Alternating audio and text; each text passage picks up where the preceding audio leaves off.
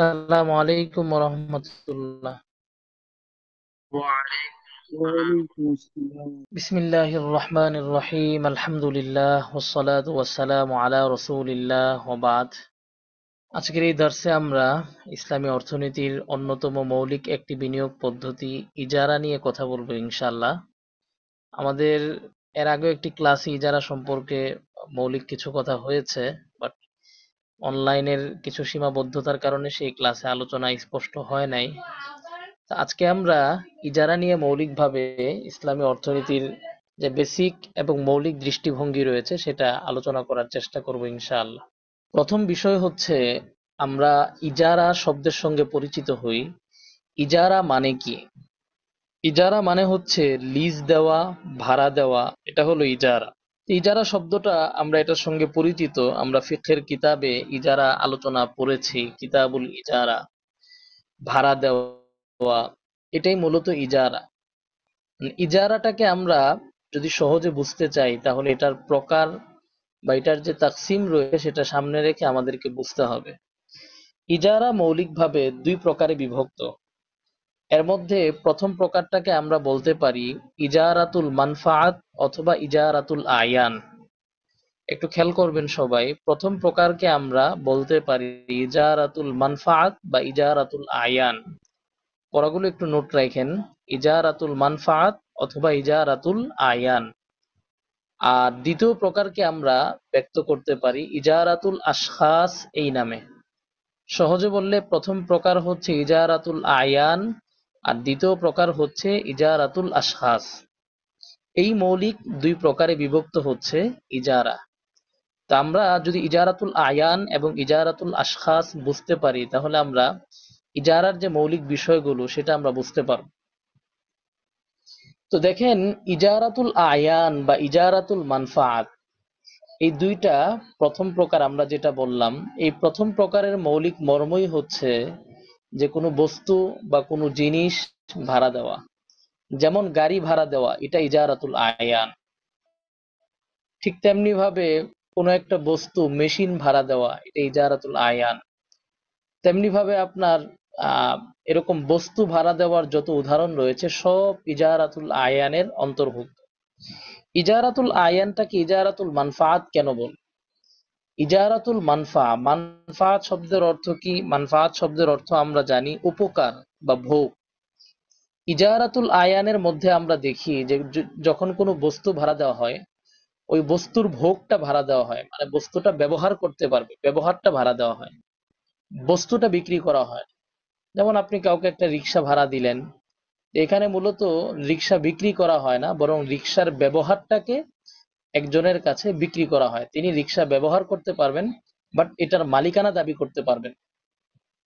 ইজারার মধ্যে যিনি ভাড়া গ্রহীতা হন, মূলত এটাই এখানে ঘটে যে তিনি আসলে বস্তুর মালিক হন না, বরং সাময়িকভাবে তিনি বস্তুটি ব্যবহার করতে পারেন। ঠিক তেমনি ভাবে বস্তুর মধ্যে আসবে দোকান ভাড়া নেওয়া। দোকান ভাড়া নেওয়া এটাও একটা বস্তু ভাড়া নেওয়া। আমরা দোকান ভাড়া নিই, বাসা ভাড়া নেওয়া, দোকান ভাড়া নেওয়া, অফিস ভাড়া নেওয়া, এই সবগুলো হচ্ছে ইজারাতুল আন বা ইজারাতুল মানফাআতের অন্তর্ভুক্ত, যেখানে মূল মালিকানা ট্রান্সফার হয় না, অর্থাৎ ভাড়া গ্রহীতা নিজেকে মালিক দাবি করতে পারে না, বাট তিনি যে জিনিসটা ভাড়া নিয়েছেন এই জিনিসটা চুক্তি অনুযায়ী তিনি ব্যবহার বা ইউজ করতে পারেন, এবং ওই জিনিসের মধ্যে তার একটা সাময়িক অধিকার সাব্যস্ত হয়। ইজারাতুল আয়ানটা বুঝতে পেরেছেন সবাই? জি, আলহামদুলিল্লাহ। তা আমাদের সমাজে যত বস্তু ভাড়া দেওয়ার যত উদাহরণ আছে সব ইজারাতুল আয়ানের অন্তর্ভুক্ত। এই যে ইজারা, এটাকে আমরা ইংরেজিতে লিজিং বলা হয়, লিজ কন্ট্রাক্ট বলা হয়, এটা আমরা মনে রাখবো, ইংরেজিতে ইজারাটাকে লিজ কন্ট্রাক্ট বলা হয়। আচ্ছা, এরপরে দেখেন, ইজারার আরেকটা প্রকার রয়েছে ইজারাতুল আমাল বা ইজারাতুল আশখাস। ইজারাতুল আমাল বা ইজারাতুল আশখাস মানে হচ্ছে মূলত কোনো ব্যক্তি ভাড়া দেওয়া, অর্থাৎ কোনো ব্যক্তিকে ভাড়া নেওয়া, কোনো ব্যক্তি থেকে শ্রম গ্রহণ করা, এর বিনিময়ে তার জন্য একটা পারিশ্রমিক নির্ধারণ করা, ভাতা নির্ধারণ করা। যেমন আপনি আপনার অফিসের জন্য কয়েকজন ব্যক্তি নিলেন, আপনার বাসা পাল্টানোর জন্য কয়েকজন শ্রমিক ভাড়া নিলেন, অফিস কাজে কয়েকজন কর্মজীবী আপনি ভাড়া নিলেন, চাকরিজীবী আপনি ভাড়া নিলেন। তো দুনিয়ার মধ্যে যত চাকরি রয়েছে আর যত কর্ম রয়েছে, যত শ্রম রয়েছে, সবকিছু ইজারাতুল আমালের অন্তর্ভুক্ত। আমাল বা এটাকে ইজারাতুল আশখাসও বলে। তো এই ইজারাতুল আশখাসের মধ্যে মূলত কোনো ব্যক্তিকে ভাড়া নেওয়া হয়, এর বিনিময়ে স্যালারি যেটাই বললেন সেটা দেওয়া হয়। এখন আমরা ইজারার বেসিক এবং মৌলিক বিষয়টা বুঝতে পারলাম, হল করতে পারলাম। সেটা হলো, একটা হলো ইজারাতুল আয়ান, আর একটা হলো ইজারাতুল আশখাস। এখন এই যে ইজারাতুল আশখাস বা যেখানে ব্যক্তিকে ভাড়া দেওয়া হয়, যেমন আমরা যারা মসজিদের ইমাম, আমরা কিন্তু ইজারাতুল আশখাসের অন্তর্ভুক্ত। আমরা যারা মুয়াজ্জিন, ইজারাতুল আশখাসের অন্তর্ভুক্ত। আমরা যারা মাদ্রাসার উস্তাদ, ইজারাতুল আশখাসের অন্তর্ভুক্ত। ঠিক তেমনি ভাবে যেটা বললাম, সমস্ত চাকরি ইজারাতুল আশখাসের অন্তর্ভুক্ত। এখন চাকরির মধ্যে আপনার ইজারাতুল আশখাসের মধ্যে যিনি মূলত নিজেকে ভাড়ায় খাটান, অর্থাৎ যিনি চাকরিজীবী, যিনি কর্মজীবী, বা যিনি ইমাম, যিনি শিক্ষক, যিনি নিজেকে মূলত ভাড়ায় খাটান, তাকে বলা হয় আজির। যেমন একজন ইমাম, তিনি একজন আজির। একজন শিক্ষক, তিনি একজন আজির। একজন মুয়াজ্জিন, তিনি একজন আজির। এদেরকে মূলত শরীয়তের পরিভাষায় আজির বলা হয়। এখন আমরা যে মাদ্রাসায় উস্তাদ হই, তো মাদ্রাসা কর্তৃপক্ষের সঙ্গে আমাদের যে নিয়োগ প্রক্রিয়াটা, সেটা কিন্তু একটা ইজারা ভিত্তিক নিয়োগ প্রক্রিয়া। এটা অনেক সময় আমরা বুঝি না যে শরীয়তের পরিভাষায় নিয়োগ প্রক্রিয়াটা কি। এটা হচ্ছে ইজারা ভিত্তিক নিয়োগ প্রক্রিয়া। এখন ইজারা যেহেতু ইসলামী অর্থনীতির একটি কন্ট্রাক্ট বা একটা আর্থিক লেনদেন, আর যে কোনো আর্থিক লেনদেনের মধ্যে এটা শর্ত হচ্ছে এটা একটা চুক্তির অধীনে হবে, এবং এখানে যে অর্থের লেনদেনটা হবে সেটা স্পষ্ট হতে হবে। অতএব ইজারাতুল আশখাসের মধ্যেও আপনি যখন কোনো ব্যক্তিকে কাজের জন্য ভাড়া নিবেন, বা কোনো ব্যক্তি যখন নিজেকে কাজের জন্য কোথাও ভাড়া দিবেন, এই ভাড়া দেয়া নেয়ার ক্ষেত্রে এই ব্যক্তির ভাড়া, অর্থাৎ এই ব্যক্তির বেতন, স্যালারি, পারিশ্রমিক কত, এটা নির্ধারণ করে নেওয়াটা জরুরি। এখন যদি মনে করেন কোনো শিক্ষক নিয়োগ দেওয়া হলো এই মর্মে যে আপনি আমার মাদ্রাসা, আপনাকে নিয়োগ দিচ্ছি, আপনি আমার মাদ্রাসায় পড়াবেন, এরপরে আপনাকে আমরা প্রতি মাসে যা পারি তাই হাদিয়া দিব, এইভাবে নিয়োগ দিলে কি জায়েজ হবে? জি না, আমাদের জায়েজ হবে না। যা পারি তাই কত বেতন দিবে এটা বললো না, তারপরেও জায়েজ হয়ে যাবে? কেন জায়েজ হবে না? চুপ। জায়েজ না হওয়ার পেছনে কারণ হচ্ছে, এখানে আপনার ইজারার মধ্যে যে এখানে যে পারিশ্রমিকটা, এই পারিশ্রমিকটা এখানে নির্ধারণ করা হয় না। আর ইজারা যেহেতু একটা আর্থিক লেনদেন, এখানে পারিশ্রমিক নির্ধারণ করে নেওয়াটা অত্যন্ত জরুরি। এখন খেয়াল করেন, আমরা যারা শিক্ষক হই বা যে কোনো কাজে আমরা ঢুকি বা নিয়োগ হই, এই শিক্ষক নিয়োগ, ইমাম নিয়োগ, মুয়াজ্জিন নিয়োগ, খতিব নিয়োগ, সব ধরনের নিয়োগ প্রক্রিয়ার মধ্যে যারা মূলত নিয়োগ হন, তারা হলেন আজির। এই আজির আবার দুই প্রকারে বিভক্ত। একটা হলো আজিরে খাস, আর একটা হলো আজিরে মুশতারাক। একটা হলো আজিরে খাস, আর একটা হলো আজিরে মুশতারাক। এখন আজিরে খাস, এটাকে আপনারা প্রাইভেট এমপ্লয়ি বলতে পারেন। আজিরে খাস কাকে বলে, আজিরে মুশতারাক কাকে বলে, এটা আমাদেরকে বুঝতে হবে, এবং এটা বোঝাটাও গুরুত্বপূর্ণ।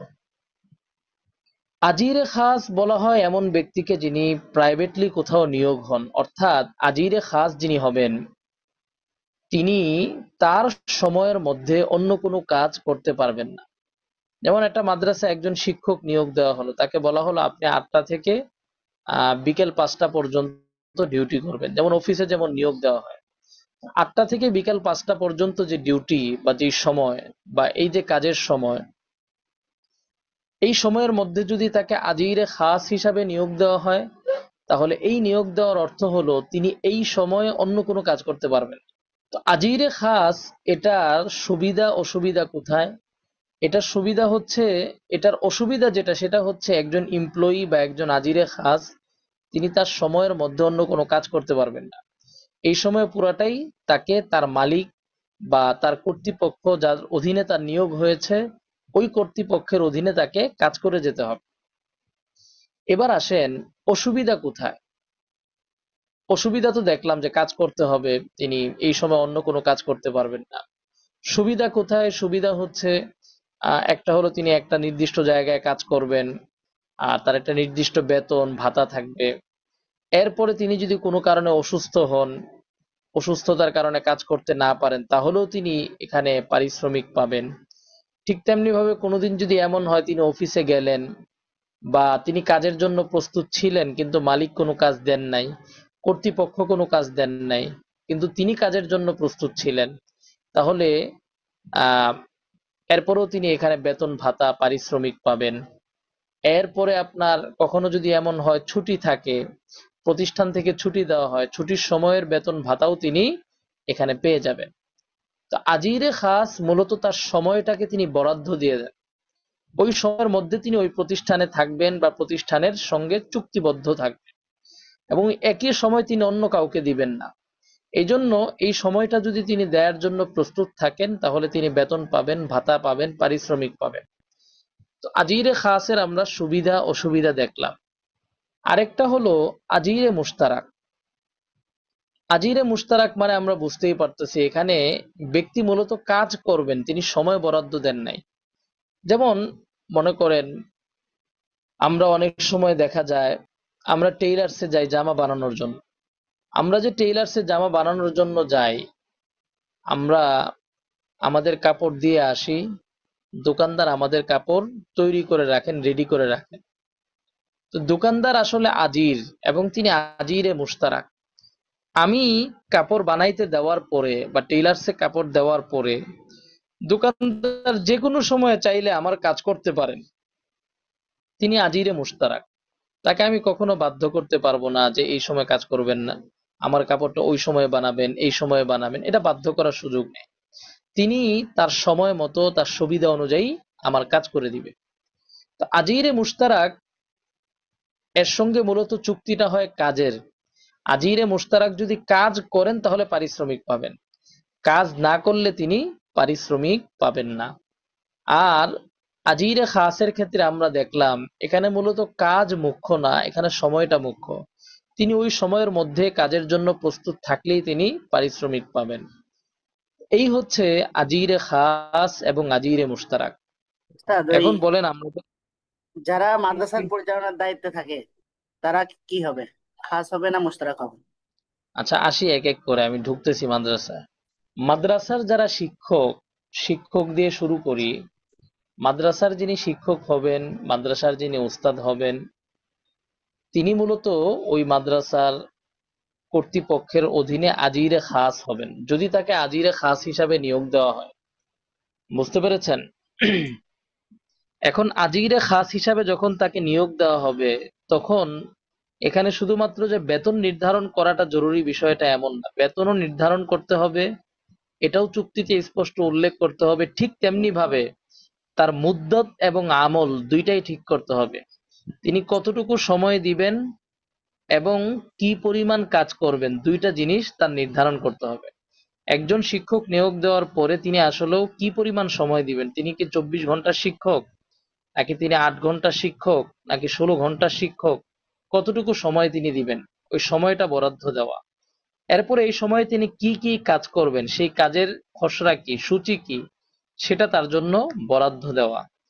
এই সময়, কাজ এবং তার এই কাজের যে বিনিময় পারিশ্রমিক, এই তিনটা জিনিস একজন আজিরে খাস যখন তার নিয়োগ প্রক্রিয়া বা নিয়োগ দেওয়া হয়, তখন আপনার এটা ঠিক করতে হয়। এর বাইরেও অনেক শাখাগত বিষয় আছে আপনার, যেমন তার জন্য তাকে যে আপনি একটা শিক্ষক হিসাবে নিচ্ছেন, এটা কয় বছরের মেয়াদে নিচ্ছেন, এটা কি কোনো মেয়াদি চুক্তি, নাকি আহ তিনি এটা আজীবন করে যাবেন, নাকি একটা মেয়াদ থাকবে 60 বছর, 65 বছর। যেমন আমরা জানি যে সরকারি চাকরি বা স্বায়ত্তশাসিত প্রতিষ্ঠানগুলোতে চাকরির একটা মেয়াদ থাকে 60 বছর, 59 বছর। আপনার অথবা বিশ্ববিদ্যালয়গুলোতে শিক্ষকদের মেয়াদ থাকে 65 বছর। নাকি কোনো মেয়াদি চাকরি হবে। এরপরে আরো নীতিমালা থাকবে যে চাকরি থেকে বরখাস্তের নীতিমালা লাগবে। যে কোনো সময় চাইলে চাকরি থেকে বরখাস্ত করা যাবে না, এটা কোনো নীতিমালার অধীনে হবে। এখানে আপনার গভর্নমেন্টের কিছু নীতিমালা আছে, সেই নীতিমালাগুলো আবশ্যকীয়, সেটা যে কোনো প্রতিষ্ঠানকে ফলো করতে হয়, সেই নীতিমালা এখানে থাকবে। বরখাস্তের নীতিমালা, শোকজের নীতিমালা, এরকম শাখাগত অনেক বিষয় থাকবে একজন এমপ্লয়ি বা আজির নিয়োগ দিতে গেলে। আচ্ছা আমি বলি, ওই একজন যিনি প্রশ্ন করলেন মুহতামিম বা প্রিন্সিপাল, এটাই তো নাকি? মানে একজন ব্যক্তি পরিচালনার দায়িত্বে আছে মাদ্রাসার সার্বিক পরিচালনা, মানে কোনো টাইম টেবিল নাই, সে মাদ্রাসাটা পরিচালনা করবে, দেখাশোনা করবে, এটাই। এরকম হইলে পারে সে অন্যান্য কাজ করতে পারবে কিনা। এখন দেখেন, মুহতামিম বা পরিচালক যিনি থাকবেন, এদেরকে আমরা দুই ভাগে বিভক্ত করতে পারি। একটা হচ্ছে প্রাইভেট প্রতিষ্ঠান। প্রাইভেট প্রতিষ্ঠানের যারা পরিচালক হন ওনারা মূলত মালিক পক্ষ। মালিক পক্ষ কি আপনি আজির বলতে পারবেন? মালিক তো আপনার তার অধীনে সে নিয়োগ দিবে, অর্থাৎ যিনি নিয়োগ, আপনি বলতে পারবেন মুজির, মানে সে এখানে নিয়োগদাতা, তাকে আজির বলার সুযোগ নেই যদি প্রাইভেট প্রতিষ্ঠান হয়।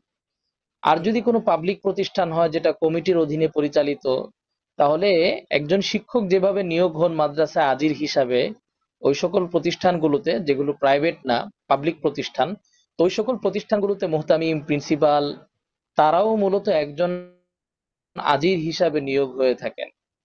তো একজন শিক্ষকের যেমন দায়বদ্ধতা থাকে যে এত ঘন্টা ডিউটি করতে হবে, এত ঘন্টা তার এতগুলো ক্লাস করাইতে হবে, এই পরিমাণ সময় মাদ্রাসায় দিতে হবে, নিগরানি করতে হবে।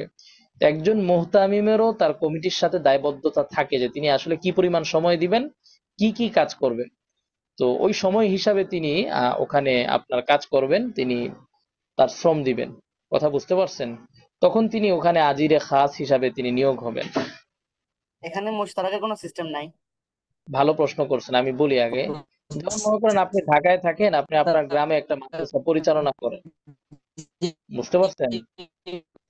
যেমন ঢাকায় থাকেন আপনি, কোনো মাদ্রাসা পরিচালনা করেন। পরিচালনা করেন কি অর্থে? আপনি মাঝে মধ্যে দেখাশোনা করেন। তো আপনার যখন খুশি তখন যান, বা অধিকাংশ যোগাযোগ আপনি মোবাইলেই করেন, বা যান আসা যাওয়া করেন। মানে আপনার পরিচালনা, সার্বিক পরিচালনাটা আপনার দায়িত্ব। বাকি আপনি কতটুকু সময় দিবেন ওটা স্পষ্টভাবে উল্লেখ নাই, তাহলে আপনি আজিরে মুশতারাক। তো এই সকল ক্ষেত্রে আপনার আজিরে মুশতারাকের ক্ষেত্রে তিনি যখন যেই পরিমাণ কাজ করবেন ওই কাজ অনুযায়ী তিনি এখানে পারিশ্রমিক বা তিনি বেতন বা ভাতা, যেটা আজিরে মুশতারাকের ক্ষেত্রে আমরা অনেক সময় এটাকে ভাতা বলি, যেই ভাতা যেটা সেটা তিনি পাবেন। মানে স্পষ্ট ভাবে বলি, যেমন দুজন স্বামী স্ত্রী মিলে মহিলা মাদ্রাসা পরিচালনা করে বা চালায়। মানে স্ত্রী তো ভিতরে পড়াশোনা করায়, আর স্বামী যে, সে হয়তো বাইরে কাজ টাজ করে আর সার্বিকভাবে দেখাশোনা করে। এই ক্ষেত্রে স্বামীর ক্ষেত্রে কোনো আছে কিনা যে এত সময় মাদ্রাসায় থাকা লাগবে বা এরকম কোনো কিছু? এ কি প্রাইভেট প্রতিষ্ঠান? না, কমিটির প্রতিষ্ঠান। এটা আসলে কমিটি ওনাকে কিভাবে নিয়োগ দিছে সেটার উপর নির্ভরশীল। কমিটি জানে এবং কিছু বলে না। না জানে কিছু বলে না, সেটা তো অস্পষ্ট হইলো। মানে বিষয়টা হলো ওনার সাথে কমিটির একটা চুক্তি চুক্তি থাকেই, মানুষের মৌখিক হোক আর লিখিত হোক, উনি আসলে প্রতিষ্ঠানটা কিভাবে পরিচালনা করবে। ওনার সাথে যদি কথা এভাবেই থাকে যে আসলে প্রতিদিন সময় দেওয়াটা ওনার জন্য জরুরি না, বাকি এটা উনি দেখাশোনা করবে, তাহলে উনি ওই চুক্তি অনুযায়ী কাজ করবেন।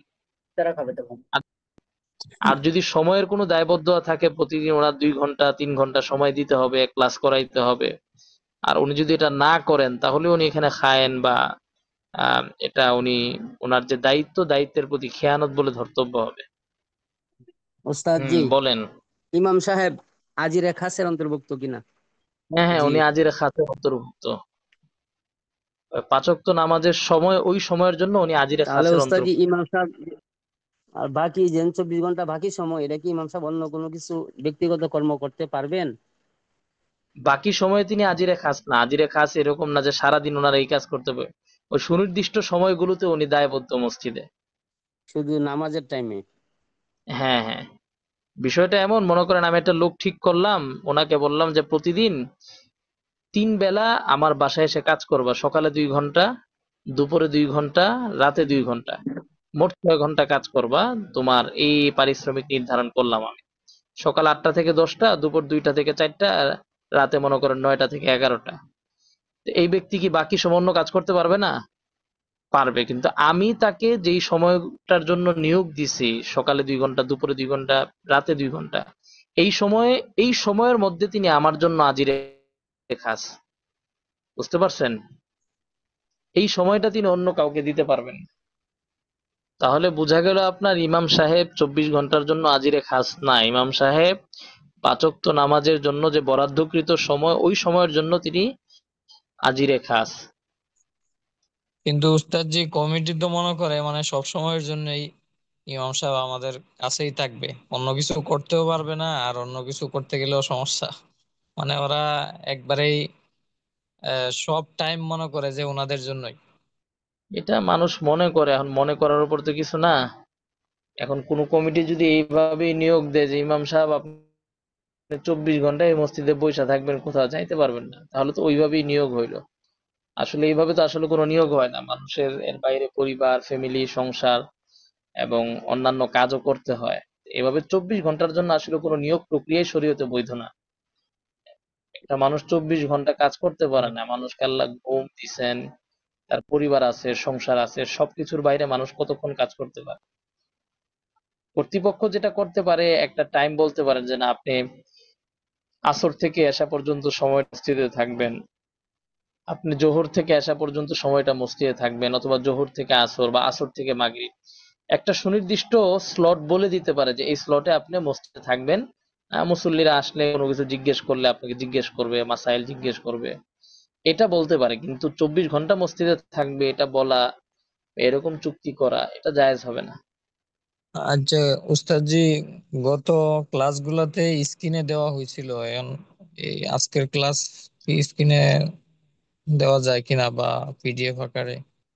না, আজকেরটা দেওয়া যাচ্ছে না, ইনশাল্লাহ আমি পরে দিয়ে দিব। এজন্যই মুখস্থ আলোচনা করতেছে আপনি। আচ্ছা, এবার আসেন যে আমাদের আধুনিক পরিভাষায় বা আমাদের ব্যাংকিং লেনদেনে, আধুনিক লেনদেনে ইজারাটাকে আমরা কিভাবে ব্যবহার করি। তো আধুনিক লেনদেনে মূলত ইজারাতুল আমাল যেটা বা ইজারাতুল আশখাস যেটা, এটার তো একটা আলাদা প্রয়োগ ক্ষেত্র আছে। চাকরি বাকরি এগুলো সব ইজারাতুল আশখাসের অন্তর্ভুক্ত। আর ইজারাতুল মান যেটা বা ইজারাতুল মানফাআত যেটা, এটার একটা প্রয়োগ বর্তমান ব্যাংকিং সেক্টরেও হয়ে থাকে আপনার। তো ইজারাতুল মানফাআত বা ইজারাতুল আয়ান, এটা বর্তমান আধুনিক সময়ে এটাকে আমরা দুই ভাবে বিভক্ত করতে পারি। একটা হলো এটাকে ফাইন্যান্সিয়াল লিজ বলে। ফাইন্যান্সিয়াল লিজ বা ফাইন্যান্সিয়াল ইজারা, যেটা ব্যাংকগুলোতে হয়ে থাকে। আরেকটা অপারেশন লিজ। অপারেশন সেটা হলো আপনার, যেটা বর্তমানে আপনার সাধারণ প্রচলিত যে ইজারা, অর্থাৎ কোনো জিনিস ভাড়া দেওয়া, বাসা ভাড়া দেওয়া, বা এটাকে আপনারা সাধারণ ইজারা বলতে পারেন। অপারেশন ইজারা বা সাধারণ ইজারা যেটা, এটা হচ্ছে আপনার বাসা ভাড়া, দোকান ভাড়া, গাড়ি ভাড়া, মাইক ভাড়া, মেশিন ভাড়া, এগুলো হচ্ছে সাধারণ ইজারা। আর ফাইন্যান্সিয়াল ইজারা যেটা, সেটা হচ্ছে আপনার বলতে পারেন আপনার আধুনিক ইজারা যেটা, বা ব্যাংকিং ইজারা যেটা, ব্যাংকিং সেক্টর গুলোতে যে ইজারা চুক্তিটা হয়ে থাকে। আচ্ছা, এখন বুঝেন ব্যাংকিং ইজারা যেটা বা যেটাকে আমরা ফাইন্যান্সিয়াল লিজ বলতেছি, এটা মূলত কি। ব্যাংকিং ইজারার ধরনটা একটু অন্যরকম, একটু খেয়াল করেন। ব্যাংকগুলো তো মূলত ইজারা করে কেন? ব্যাংকগুলো ইজারা করে একটা ইজারার একটা মডিউলকে, একটা মডেলকে তারা ফলো করে। এটা কি, ২০ লাখ টাকা দিয়ে একটা গাড়ি কিনে তোমার কাছে আমি ভাড়া দিব। তো ব্যাংক তখন ২০ লাখ টাকা দিয়ে একটা গাড়ি কিনে তার গ্রাহক বা তার ক্লায়েন্ট, যে ক্লায়েন্টকে ভাড়া দেয়। এখন প্রশ্ন আসতে পারে আপনার, ক্লায়েন্ট গাড়ি ভাড়া নিয়ে ক্লায়েন্টের লাভ কি? ক্লায়েন্ট তো গাড়ি কিনতে চাচ্ছে। তো ব্যাংক মূলত এই গাড়িটা একটা মেয়াদান্তে ভাড়া দেয় আপনার। ৫ বছরের জন্য, ১০ বছরের জন্য ব্যাংক ভাড়া দেয়। এবং এটার একটা কিস্তি ঠিক করে দেয় ব্যাংক, যে প্রতি মাসে ২০,০০০ টাকা ভাড়া দিতে হবে।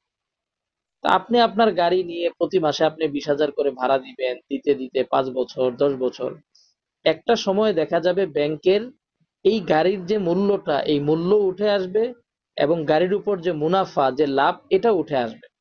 ২০ বছরে দেখা যাবে ২০ লাখ টাকার গাড়ি ব্যাংক আপনার থেকে ৩০ লাখ টাকা আদায় করে নিচ্ছে। ৩০ লাখ টাকা যখন আদায় করে নিচ্ছে, তখন ব্যাংক চিন্তা করবে যে না, আপনার থেকে তো সে সুদে আসলে সে তো লাভ সহ টাকা উঠায় নিচ্ছে। তখন ব্যাংক এই গাড়িটা আপনাকে দিয়ে দিবে। মানে এটা অটোমেটিক তখন আপনার মালিকানায় চলে যাবে। যে এতদিন আপনি লিজ নিয়েছিলেন, এই গাড়িটা লিজ হিসাবে ছিল, মেয়াদ শেষ হওয়ার পরে গাড়িটা আপনার মালিকানায় চলে গেছে। এখন সাধারণ ইজারার সাথে এটার পার্থক্য কি বুঝেন? সাধারণ ইজারা বলতে, যেমন মনে করেন এখানে ক্লাসে কে আছেন, আব্দুর রহমান। এখানে মনে করেন আব্দুর রহমানকে আমি একটা গাড়ি দিলাম, ভাড়া দিলাম, একটা মাইক্রো তাকে আমি ভাড়া দিলাম। তো সে এটা প্রতি মাসে এটা সে ব্যবহার করে, ভাড়ায় খাটে, উবারে খাটে, পাঠাওয়ে বিভিন্ন জায়গায় সে তার গাড়ির জন্য যে আপনার সেটাকে ভাড়ায় ব্যবহার করে থেকে সে কামাই করে, ইনকাম করে আমাকে প্রতি মাসে 20,000 টাকা ভাড়া দেয়। সাধারণভাবে যদি আমি কাউকে কোনো গাড়ি ভাড়া দিই, এটা যদি আমি 20 বছরও তাকে ভাড়া দিয়ে রাখি, 20 বছর পরে কি সে গাড়ির মালিকানা দাবি করতে পারবে? জি না। পারবে না, কারণ এটা তো আমি তাকে ভাড়া দিছি, মালিক হওয়ার জন্য দেই নাই। সেম কেস আপনি যদি একই জিনিসটা ব্যাংকের কাছ থেকে ভাড়া নেন, আপনি 10 বছর 15 বছর ব্যাংকে কিস্তি দেওয়ার পরে, ভাড়া দেওয়ার পরে একটা পর্যায়ে যখন মেয়াদ শেষ হবে, মেয়াদ শেষ হলে তখন আপনি এই গাড়ির মালিকানা দাবি করতে পারবেন। ব্যাংক তখন অটোমেটিকলি এটার মালিকানা আপনাকে ট্রান্সফার করে দিবে, কাগজপত্র আপনাকে বুঝাই দিবে। লিসের সময় চুক্তি হবে ওইরকম। প্রথমে আপনার সাথে ইজারা চুক্তি হবে, লিজ চুক্তি হবে, এবং চুক্তির মধ্যে এটা উল্লেখ থাকবে যে আপনি এই মেয়াদে যদি এরকম কিস্তি আদায় করে দেন তাহলে এটার মালিক হয়ে যাবেন আপনি। তো তবে এখন মনে করেন ওই যে বিভিন্ন জায়গা থেকে ওই যে ফ্রিজ কেনা হয় ব্যাংকের মাধ্যমে, ওইগুলোও কি এর মধ্যে অন্তর্ভুক্ত হবে? অথবা কোনো দোকান থেকে যে ফ্রিজ কেনা হয় বা কোনো গাড়ি টাড়ি কেনা হয়, দোকান থেকে কিস্তি যখন কিনবেন ওটা তো কেনা বেচা, আর ব্যাংকের কাছ থেকে যখন নিবেন, ব্যাংক তো আসলে কোনো দোকান না, বিক্রিও করে না, সে তখন একটা প্রক্রিয়া আপনাকে এটা ভাড়া দিবে, এটা কেনা বেচা না। এখন বলতে পারেন যে উস্তাদ এখানে আসলে ব্যাংক এইভাবে লিজ দিয়ে ব্যাংকের লাভ কি? ব্যাংক মূলত এই লিজ কন্ট্রাক্টটা করে বা ভাড়া দেয় এই জন্য, কারণ যতদিন আপনি ভাড়া গ্রহীতা হিসাবে থাকবেন বা ব্যাংকের গাড়িটা আপনি ব্যবহার করতেছেন, যতদিন না আপনি আপনার যে মূল কিস্তিগুলো আপনি আদায় না করবেন, আপনি কি এই গাড়ি নিজের দাবি করতে পারবেন? জি না। পারবেন না। এটা একটা ব্যাংকের সুবিধা। কারণ আপনি যদি কখনো ডিফল্টার হন, আপনি 5 বছর পরে আর কিস্তি দিতে পারতেছেন না, 4 বছর পরে আপনি কিস্তি ফেইলিওর হয়ে গেলেন, কিস্তি দিতে পারতেছেন না, ব্যাংক তখন আপনাকে বলবে ভাই তোমার গাড়ি চালানো দরকার নেই, গাড়ি তুমি ফেরত দিয়ে দাও। মানে ব্যাংক তো জানে যে গাড়িটা ব্যাংকের, এবং এটা আপনিও জানেন গাড়িটা ব্যাংকের। গাড়ি আপনি কখন পাবেন? যখন নাকি আপনি আপনার মেয়াদ শেষ করবেন, আপনি কিস্তি দিয়ে আপনার মেয়াদ শেষ করবেন, তখনই আপনার গাড়ির মালিক হবেন আপনি। তো এটা ব্যাংকের লাভ, ব্যাংকের সুবিধা, যে আপনার গাড়িটা ব্যাংকের মালিকানায় আছে, এখনো গ্রাহকের মালিকানায় যায় নাই। আর একটা মানুষ 20 বছর পর্যন্ত, 10 বছর পর্যন্ত সঠিকভাবে কিস্তি দিবে কিনা, এটাও তো একটা বিষয়। ব্যাংক আপনাকে যে মালিক বানায় দিবে, আপনি যদি কিস্তি না দেন পরবর্তীতে, ব্যাংক তো এখানে ক্ষতিগ্রস্ত হবে। গ্রাহকের লাভ কি? গ্রাহকের লাভ, 1 নাম্বার লাভ হচ্ছে সে যদি অন্য কোনো ব্যাংক ছাড়া কোনো প্রতিষ্ঠানের কাছ থেকে এটা ভাড়া নিত, কোনো মানুষের কাছ থেকে ভাড়া নিত, তাহলে 10 বছর ভাড়া দিলেও তো গাড়ির মালিক হইতো না সে, ঠিক না? কিন্তু ব্যাংকের কাছ থেকে ভাড়া নেওয়ার কারণে 10 বছর ভাড়া দেওয়ার পরে দেখা গেল সে গাড়ির মালিক হয়ে যাচ্ছে, এটা তার লাভ। 2 নাম্বার লাভ হচ্ছে গাড়ির মালিক তো ব্যাংক, অতএব গাড়ির বড় কোনো ক্ষতি হইলে ক্ষতি বহন করবে কে? বলেন। ব্যাংক। ব্যাংক, কারণ এটা সম্পূর্ণ রিস্ক ব্যাংকের। আর যদি ক্ষতিটা আপনার কোনো গাফলতির কারণে হয়, আপনার কোনো ত্রুটির কারণে হয়, তাহলে এটা ব্যাংক বহন করবে না। তবে যদি এরকম কোনো ক্ষতি, হঠাৎ একটা রোড অ্যাক্সিডেন্ট হলো, বা এমন একটা অ্যাক্সিডেন্ট হয়েছে যেখানে দেখা গেল ড্রাইভারের কোনো দায় নেই, বা ড্রাইভার মারাই গেল অ্যাক্সিডেন্টে, এরকম বড় ধরনের কোনো অ্যাক্সিডেন্টের ক্ষেত্রে এটার দায় অবশ্যই ব্যাংকে বহন করতে হবে। কিন্তু এই ঝুঁকিটা কি ব্যাংক নেয়? ব্যাংক তো টাকা উসুল করে স্যার, বা গাড়ি নিয়ে নেয়। না না, ব্যাংক তো ঝুঁকি নিতেই হবে, না নিয়ে তো সে লিজ কন্ট্রাক্ট করতে পারবে না। ব্যাংক ঝুঁকি নেয় আপনার, বাট আপনার দেখা যায় এমন এমন শর্ত দিয়ে ঝুঁকি নেয় যেটা অনেক কঠোর হয়ে যায়, গ্রাহকের জন্য অনেক কঠিন হয়ে যায়। জি জি। আচ্ছা, এখন একই কাজে, একটা হলো সুদী ব্যাংক এই কাজ করা, আরেকটা হলো কোনো ইসলামী ব্যাংক যদি এই কাজ করে, কোনো গ্রাহককে এভাবে ভাড়া দেয়, ইসলামী ব্যাংকে তো অবশ্যই ঝুঁকি বহন করতে হবে। বুঝতে পারছেন? এরপরে দেখেন, ইসলামী ব্যাংক যদি হয়, ইসলামী ব্যাংক আপনার এই ধরনের কোনো চুক্তি করে, তাহলে ইসলামী ব্যাংকে কিছু শর্তে আসতে হবে। প্রথমে হচ্ছে সে প্রথমে গ্রাহককে বা ক্লায়েন্টকে গাড়িটা ভাড়া দিবে, এরপর অন্য কোনো চুক্তি করতে পারবে না, সে প্রথমে গ্রাহককে গাড়ি ভাড়া দিবে। এরপর গ্রাহকের সঙ্গে তার একটা ওয়াদা থাকবে, একটা ওয়াদা ফরমে একটা ওয়াদা থাকবে, গ্রাহক যদি এটা সঠিক সময় কিস্তি আদায় করে দেয়, তাহলে মেয়াদ শেষে গ্রাহককে সে এটা হিবা করে দিবে। এরপরে যদি গ্রাহক 5 বছর 10 বছর সে এটার কিস্তি আদায় করে যায়, তাহলে মেয়াদ শেষে ইসলামী ব্যাংক গ্রাহককে আলাদা চুক্তিতে এই গাড়িটা হিবা করে দিবে।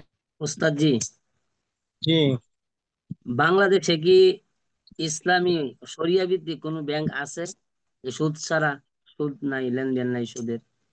ভাইজান কি ক্লাসে আজকেই ঢুকলেন নাকি? জি, সোমবারে ক্লাসে আজকে ঢুকছি। আমার ক্লাসে মনে হয় আজকে আসছেন। জি, আচ্ছা, ব্যাংক নিয়ে আলোচনা হয়েছে না আগে? বাকিরা কি বলেন? ব্যাংক জি, নিয়ে প্রতি ক্লাসে জি আলোচনা উস্তাদ, হয়। আলোচনা হয়েছে। জি, আলোচনা হয়েছে, পরীক্ষার আগে আলোচনা হয়েছে। হ্যাঁ, এরপরেও বলি, উনি যেহেতু আজকে যুক্ত হয়েছেন, এটা আগেও বলছি, আমরা মূলত যে আলোচনাগুলো করতেছি একটা লেনদেন কিভাবে সঠিকভাবে করা যায় সেটা নিয়ে আমরা আলোচনা করছি। এখন বাংলাদেশের ব্যাংকগুলোতে এই লেনদেন হয়, ব্যাংক কিভাবে করে সেটা আমরা আলোচনা করছি না, আমরা আলোচনা করতেছি সঠিকভাবে কিভাবে করা যায়। আর আমরা যে সঠিক পদ্ধতিগুলো বলি বা ক্লাসে আলোচনা করি, এই প্রক্রিয়া অবলম্বন করে যদি ব্যাংকগুলো তার যে লেনদেন সেটা করে, তাহলে তো ব্যাংক সঠিকভাবেই চলবে। আর এই প্রক্রিয়াগুলো যদি ব্যাংক ফলো না করে, তাহলে তো সঠিকভাবে চলবে না। আর ব্যাংকগুলো আদতে কতটুকু এটা ফলো করে করে না, এটা এক এক ব্যাংকের এক এক রকম রিপোর্ট, প্রত্যেকটা ব্যাংকের শরিয়া রিপোর্ট আছে আপনার। ইসলামী ব্যাংক কতটুকু মানতেছে, শাহজালাল ইসলামী ব্যাংক কতটুকু মানতেছে, কে কতটুকু ফলো করতেছে, এটা আসলেও আপনার যাচাই করে কোন শাখা কোন ব্রাঞ্চ কতটুকু মানতেছে, কোন গ্রাহকের সাথে ব্যাংক কতটুকু শরিয়া পরিপালন করতেছে, এটা বাস্তব ফিল্ডে যাচাই করে এরপরে বলতে হবে। বুঝতে পারছেন?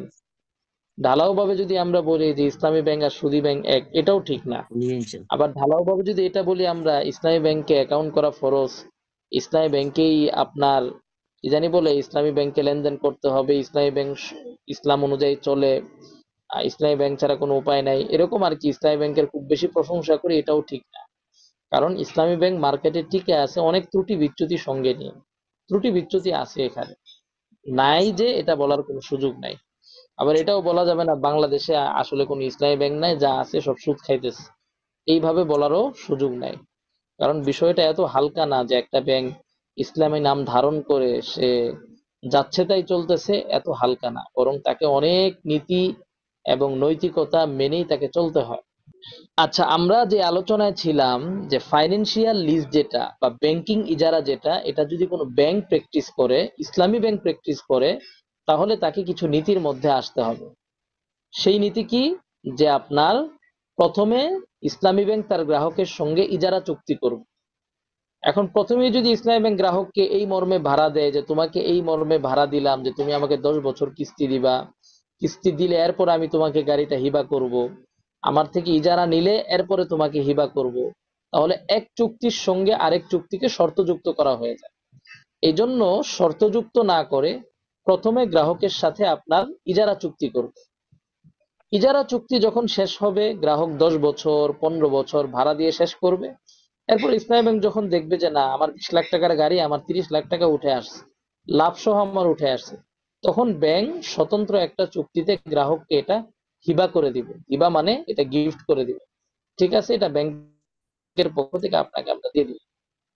বুঝতে পারছেন? 2 নাম্বার হলো, খেয়াল রাখবেন, 1 নাম্বার এটা বললাম যে দুইটা চুক্তি আলাদা হবে। 2 নাম্বার হলো এই যে গাড়ি বা যে গাড়িটা ভাড়া দেওয়া হচ্ছে গ্রাহককে, এর সম্পূর্ণ দায় থাকবে ব্যাংকের উপর, গ্রাহকের উপর না।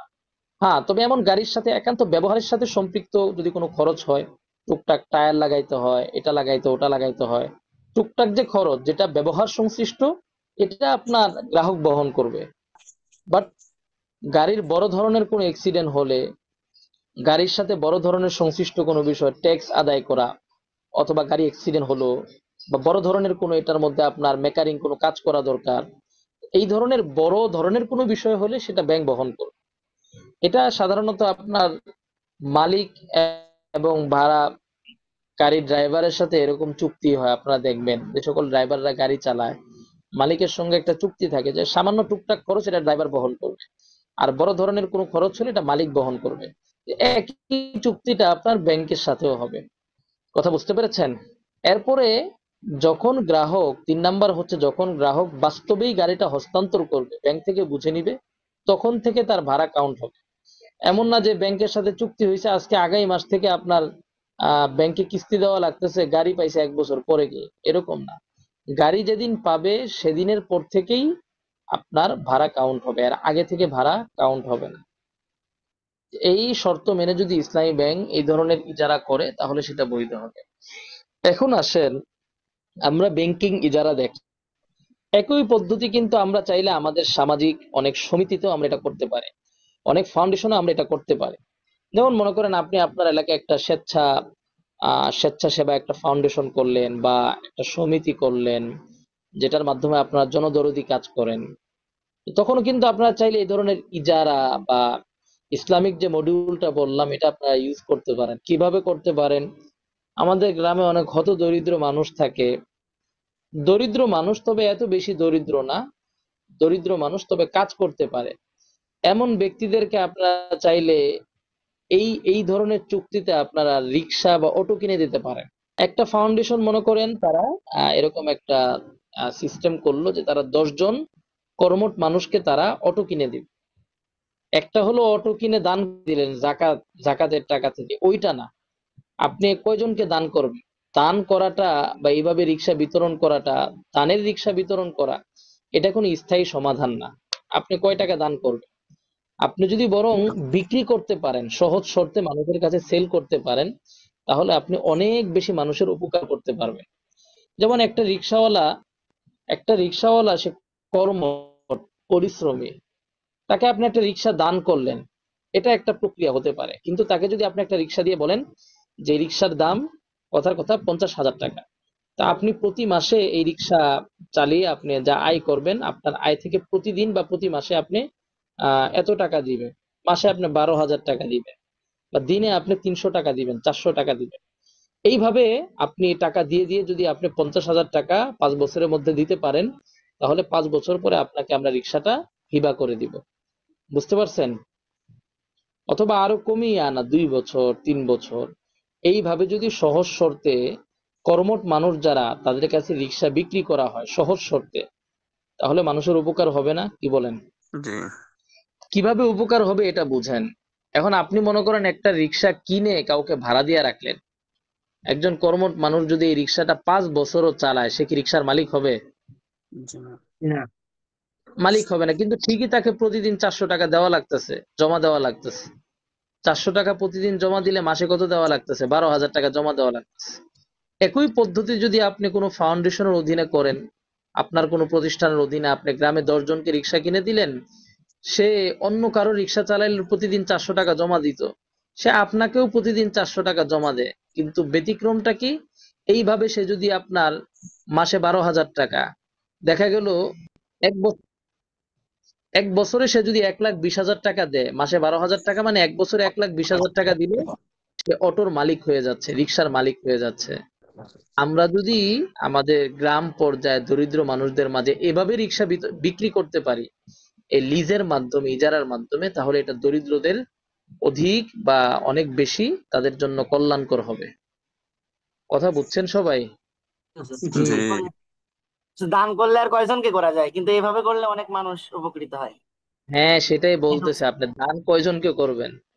এইভাবে করলে আপনি দান করলে 10 জনকে করতে পারবেন, কিন্তু এইভাবে করলে আপনি 100 জনকে দিতে পারবেন। এই জন্য আমরা এটার একটা বর্তমান দানের একটা আধুনিক সিস্টেম আছে, সেটা কি মনে করেন, কেউ জাকাতের টাকা দিয়ে এটা করতে পারবেন না, আবার জাকাতের টাকা মানুষকে মালিক বানায় দিতে হবে। মনে করেন আপনি 10 জন থেকে 10,000 করে দান সংগ্রহ করলেন, সাধারণ দান বা অনুদান, 10 জন মিলে 1,00,000 টাকা দিল, এরকম 100 জন মিলে 10,00,000 টাকা দিল। এই 10,00,000 টাকা যদি আপনি এইভাবে বিনিয়োগ করেন যে মানুষকে রিক্সা কিনে লিজ দিয়ে আপনি টাকা উঠায় নেন, তাহলে এই টাকা 10,00,000 টাকা মনে করেন 10 জনকে 10টা রিক্সা দিলেন, তো 10টা রিক্সা দিলেন, 1 বছরও যদি তাদের থেকে আবার 10,00,000 টাকা উঠে আসে, আপনার লাভ সহ 12,00,000 টাকা উঠে আসে, তাহলে 1 বছর পরে আপনি আরো 10 জনকে দিতে পারবেন। বুঝতে পারছেন? 2 বছর জি। পরে আপনি 20 জনকে দিতে পারবেন। তো ওই 1,00,000 টাকা দিয়ে দেখা যাবে আপনি 5 বছরে 50 জনকে রিক্সা দিতে পারবেন। আর 1,00,000 টাকা দিয়ে যদি প্রথম বছর আপনি 10 জনকে রিক্সা একেবারেই দিয়ে দিতেন, তাহলে তো 1,00,000 টাকা ওখানেই শেষ, 10,00,000 টাকা ওখানেই শেষ। বুঝতে পারছেন কথাটা? আপনি জি। যদি আপনার দানকে দ্বিগুণ করতে চান, তাহলে এই প্রক্রিয়া আসতে হবে। আর মানুষকে জিনিস দান করলে বা একবারে দিয়ে দিলে এটার গুরুত্ব কম থাকে, অনেক রিক্সাওয়ালা রিক্সা পায়, রিক্সা আবার বিক্রি করে দেয়, শুনেন না আপনারা?